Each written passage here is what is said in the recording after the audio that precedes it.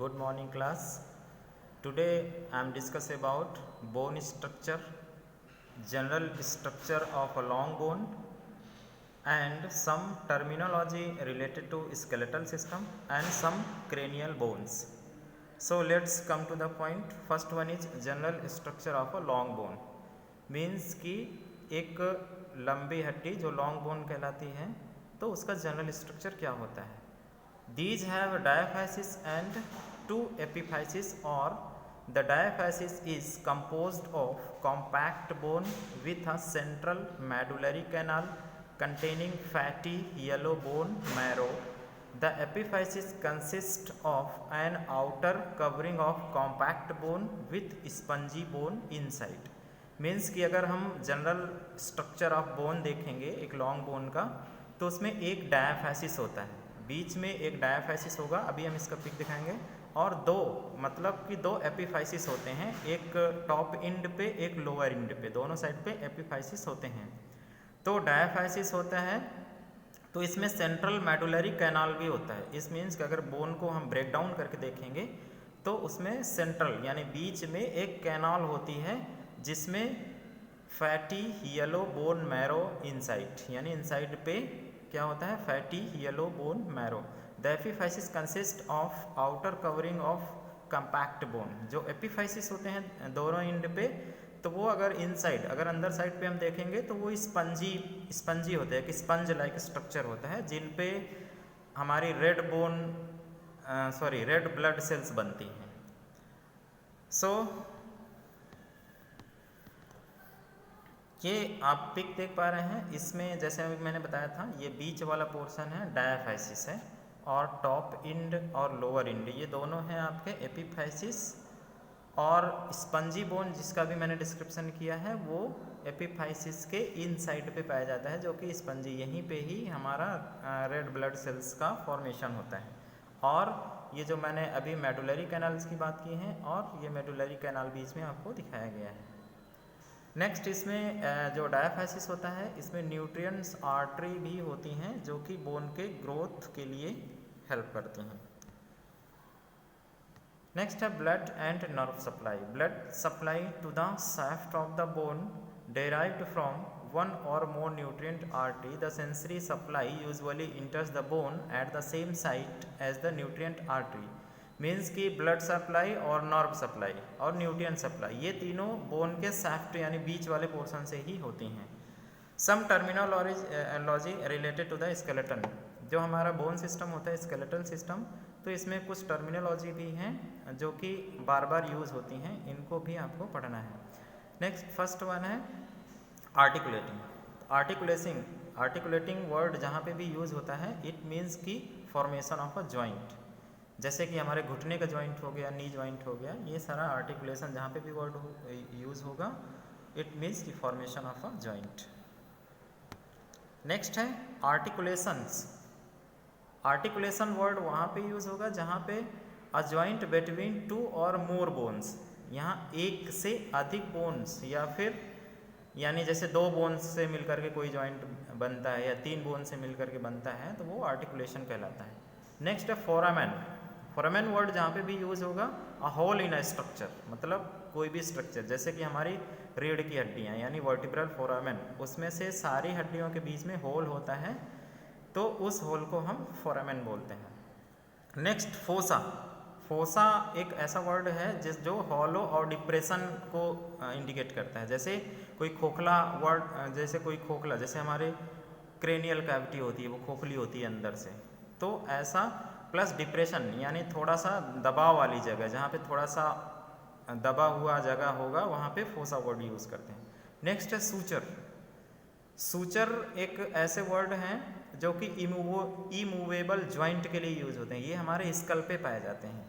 तो स्कल में जितनी भी हड्डियाँ होती हैं, मैंने कल बताया था फ्रंटल, पेराइटल, ये सारी बोन्स जो मिल करके सूचर बनाती हैं, यानी दो हड्डियों के बीच में जो जॉइंट होता है वो सूचर कहलाता है. सो नेक्स्ट हम डिस्कस करेंगे हमारी क्रेनियल बोन्स. जो क्रेनियल बोन्स होती हैं वो हमारे एक्सियल स्केलेटल के अंदर आती हैं, जिसमें 80 बोन पाया जाता है। ये मैंने कल भी डिस्कस किया था। The axial skeleton consist of skull, यानी जो एक्सियल स्केलेटन होता है उसमें स्कल भी इंक्लूड होता है, जिसमें से 22 जो हमारे क्रेनियल कैविटी में पाई जाती हैं बोन्स, प्लस 14 जो 14 हड्डियाँ होती हैं वो फेस में पाई जाती हैं, प्लस जो ईयर की मैंने जो बताई थी 3 + 3 + 1 हेड बोन, ये सारी हमारे स्कल के अंदर पाई जाती हैं। वर्टिब्रल कॉलम में हमारी होती हैं 26 हड्डियाँ, रिब्स और स्टर्नम इसमें इंक्लूड होता है, and associated ear and neck इसमें 7 हड्डियाँ होती हैं, 6 + 1। So together the bones forming these structure constitute of the central body core, यानी ये हमारा एक्सियल स्केलेटन का टॉप एंड वाला पोर्शन बनाते हैं। नेक्स्ट हम डिस्कस करने वाले हैं skull. Skull rest on the upper end of the vertebral column and its bony structure is divided into the 2 parts.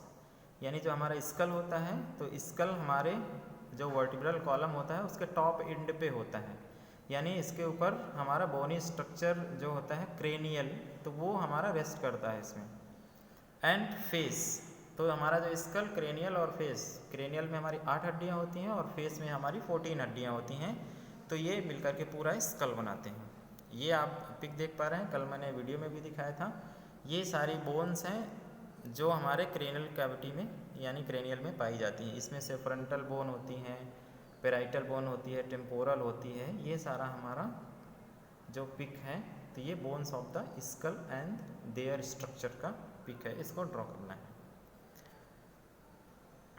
अब हम डिस्कस करने जा रहे हैं क्रेनियम का। क्रेनियम हमारा फर्स्ट पार्ट है जो स्कल में सबसे ऊपर वाला पोर्शन में पाया जाता है। The cranium is formed by a number of flat and irregular bones that provide a bony protection of the brain। यानी जो क्रेनियम होती है तो वो हमारे कई सारी हड्डियों से मिल करके, यानी 8 हड्डियों से मिल करके बना होता है, जिसमें कई सारी हड्डियाँ फ्लैट हैं, कुछ इरेगुलर्स भी हैं। तो ये हमारे बोनी प्रोटेक्शन बनाते हैं ब्रेन के लिए। यानी हमारा जो क्रेनियम होता है तो वो हमारे ब्रेन के प्रोटेक्शन का पार्ट होता है। मीन्स कि जो हमारा हेड है इसके अंदर ब्रेन रहता है जिसकी ये प्रोटेक्शन करता है। It has a base upon which the brain rest and vault that surround the cover it. यानी इसमें एक ब्रेन के लिए बेस बनाता है जिसमें ब्रेन रहता है, और वॉल्ट भी बनाता है जो कि इस ब्रेन को कवर करता है सराउंडिंग में। In the mature skull, the joint sutures between the bone are immovable। तो यानी जितनी भी 8 हड्डियाँ होती हैं हमारी स्कल में, तो ये सारे हमारे आपस में जुड़ी हुई होती हैं, तो उस जॉइंट को हम सूचर्स कहते हैं। The bones of the cranium are, bones of the cranium means कि क्रेनियम में कौन कौन सी बोन होती हैं। फ्रंटल बोन मैंने कल भी बताया था। फ्रंटल, ये जो सामने वाली हड्डी दिख रही है, तो ये है आपकी frontal bone. This is a bone of forehead, मतलब ये सबसे सामने वाले हेड के पोर्शन की ये बोन होती है। It forms part of the orbital cavity I socket, यानी आई सॉकेट, ये जो आँखों की ये भी कैविटी है, तो इस कैविटी को भी ये फॉर्म करती हैं। And prominent ridge above the eye, यानी ये आँख के ऊपर वाली ये जो पोर्शन आप देख रहे हैं, तो इसको प्रोमिनेंट रिज बोलते हैं, तो इसको भी यही हड्डी फॉर्म करती है। The coronal suture joints the frontal and parietal bones, तो यानी बीच में एक सूचर पाया जाता है इन हड्डियों के बीच में, जिस सूचर एक जॉइंट को बोलते हैं, मैंने अभी बताया था। तो ये फ्रंटल और पेराइटल बोन को जोड़ता है। फ्रंटल बोन हमारी ये हो गई, पेराइटल जिसके जस्ट इसके ऊपर होती हैं। तो इन हड्डियों के बीच में जो जॉइंट पाया जाता है उसको सूचर जॉइंट कहते हैं। ये यहाँ से लेकर के यहाँ तक पूरा होता है। नेक्स्ट है हमारा पेराइटल बोन्स। पेराइटल बोन्स क्या होती हैं? These bones form the side of the roof of the skull, यानी पेराइटल हड्डियाँ 2 होती हैं मैंने बताया था, और ये रूफ ऑफ द स्कल मतलब कि हमारी जो खोपड़ी की छत को बनाती हैं। छत मीन्स ये सबसे ऊपर वाला पोर्शन, यहाँ पे 2 पेराइटल बोन्स हैं जो कि स्कल को बनाती हैं। They articulate with each other at the sagittal suture, यानी इन दोनों के बीच में, यहाँ से एक हड्डी इधर हो गई, एक इधर, बीच में जो भी फिक्स्ड जॉइंट होता है उसको सूचर बोलते हैं। तो इस सूचर का नाम होता है coronal suture. With the occipital bone at the lambdoidal suture, जो पीछे लैम्डोइडल, जो पीछे वाली हड्डी होती है हॉस्पिटल बोन, तो हॉस्पिटल बोन से जब ये जुड़ती है ये वाली हड्डी पेराइटल, तो वहाँ पे लैम्डोइडल सूचर बनता है। With the temporal bones squamous suture, अगर ये साइड वाली हड्डी से जब ये जुड़ती है तो फिर यहाँ पे स्क्वामस सूचर बनाती है। नेक्स्ट है, हम डिस्कस करेंगे टेम्पोरल बोन्स का। These bones lie on the each side of the head, तो ये हमारे टेम्पोरल बोन्स जो हमारे दोनों साइड ऑफ द हेड पाई जाती है, एक हमारे कान के इस साइड पे पाई जाएगी, दूसरा इस साइड पे। And form fibrous immovable joint with the parietal, occipital, sphenoid and zygomatic bones. some others bone भी हैं जो कि इस टेम्पोरल बोन से चारों साइड पे जुड़ती हैं। नेक्स्ट है ऑसिपिटल बोन। ऑसिपिटल बोन सबसे पीछे की बोन होती है, जैसे मैंने अभी कल भी दिखाया था। तो occipital bones, these bones form the back of the head, यानी हमारा हेड का, यानी हेड का हमारा पिछला हिस्सा बनाते हैं। ये पीछे का जो मैं दिखा रहा हूँ, तो यहाँ का हिस्सा ये बनाते हैं, कल भी मैंने उसमें वीडियो में दिखाया था। It has immovable fibrous joint, ये मूव ना करने वाले फाइब्रस जॉइंट से जुड़ी होती हैं। With the parietal, temporal and sphenoid bones, यानी ये जो हॉस्पिटल बोन्स होती हैं ये पेराइटल बोन से भी जुड़ी होती है, टेम्पोरल से भी जुड़ी होती है, स्फेनॉइड बोन से भी जुड़ती है। It's inner surface is deeply, इसका जो अंदर वाला सरफेस होता है काफ़ी अंदर धंसा हुआ कॉनकेव शेप का होता है। And it's occupy by the occipital bones, और ये ऑस्पिटल बोन को ऑक्यूपाई करता है lobe of the cerebrum and by the cerebellum. Means जो ऑस्पिटल बोन होगी तो जो भी एक कैविटी बनाती है तो उसके अंदर सेरिब्रम भी रहता है और सेरिबेलम, ये दोनों पार्ट ऑस्पिटल बोन के पास में ही पाए जाते हैं। ये पिक हम आपको दिखा रहे हैं, ये ऑस्पिटल बोन की है। तो ये व्यू फ्रॉम द बिलो, यानी नीचे से ऊपर की ओर का इसको दिखाया गया है। ऑस्पिटल बोन जो आप देख पा रहे हैं, तो ये सबसे पीछे की हड्डी होती है। नेक्स्ट है स्फेनॉइड बोन्स।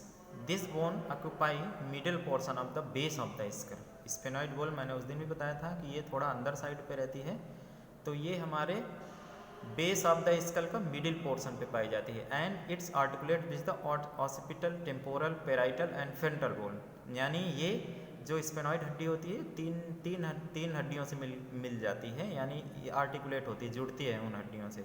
उन हड्डियों का नाम है occipital, temporal, parietal and frontal bones. It links the cranial and facial bones, इसका लिंक यानी इसका कनेक्शन होता है क्रेनियल और फेसियल बोन से भी। On the upper surface of the middle of the bone is a little saddle shape, यानी इसका अगर शेप देखा जाए तो ये लिटिल सैडल शेप का होता है, थोड़ा सा डिप्रेशन भी होता है और इसमें एक छेद भी होता है जिसको हाइपोफिजियल फोसा भी कहते हैं। इन विच द पिट्यूटरी ग्लैंड लेस्ट, तो इसी हाइपोफिजियल फोसा में पिट्यूटरी ग्लैंड पाई जाती है। इसका हम अभी एक पिक दिखाते हैं। ये बोन होती है स्फेनॉइड बोन, इसको ड्रॉ करना है। ये वी फ्रॉम द एबव, ये ऊपर की ओर से बनाया गया है, तो इसको अच्छे से ड्रॉ कर लेना है। इसके कई सारे आर्टिकुलेशन की प्रोसेस इसमें दी गई है और कौन कौन से फॉर्मेशन कहाँ पे है, इसका पूरा बोनी स्ट्रक्चर आपको ड्रॉ करना है। नेक्स्ट है ethmoid bones. The ethmoid bone occupy with anterior, जैसे मैंने भी बताया था, तो एथमोइड बोन भी इंफीरियर साइड, अंदर साइड पे होती है। Occupy the interior part of the base of the skull, यानी स्कल का जो बेस होता है उसके इंटीरियर पोर्शन को ऑक्यूपाई करता है, घेरता है। And help to form the orbital cavity, और ऑर्बिटल जो कैविटी होती है तो उसको फॉर्म करने में ये हेल्प करता है। The nasal septum and the lateral walls of the nasal cavity, and साथ में ये नेजल सेप्टम और नेजल कैविटी के पोर्शन को भी ये घेरता है। तो ये पिक है, आपको ये पिक जो देख पा रहे हैं ये पिक है आपका एथमोइड बोन्स का। इसको भी ड्रॉ करना है और बोनी स्ट्रक्चर पूरा इसका आपको ड्रॉ करके बुक में लिखना है। सो अभी हम लोगों ने आज की क्लास में डिस्कस किया some anatomical terms related to skeletal system and bone का स्ट्रक्चर आज हमने देखा, और साथ में हमारी जो क्रेनियल बोन्स की जो 8 हड्डियाँ होती हैं उसका डिस्क्रिप्शन किया। कल हम डिस्कस करेंगे जो फेशियल बोन्स यानी जो हमारे चेहरे पे 14 यानी 14 हड्डियाँ पाई जाती हैं, उनका हम एक एक करके डायग्राम देखेंगे और उनका हम डिस्कशन करेंगे। सो आज की क्लास यहीं पे एंड होती है। थैंक्स।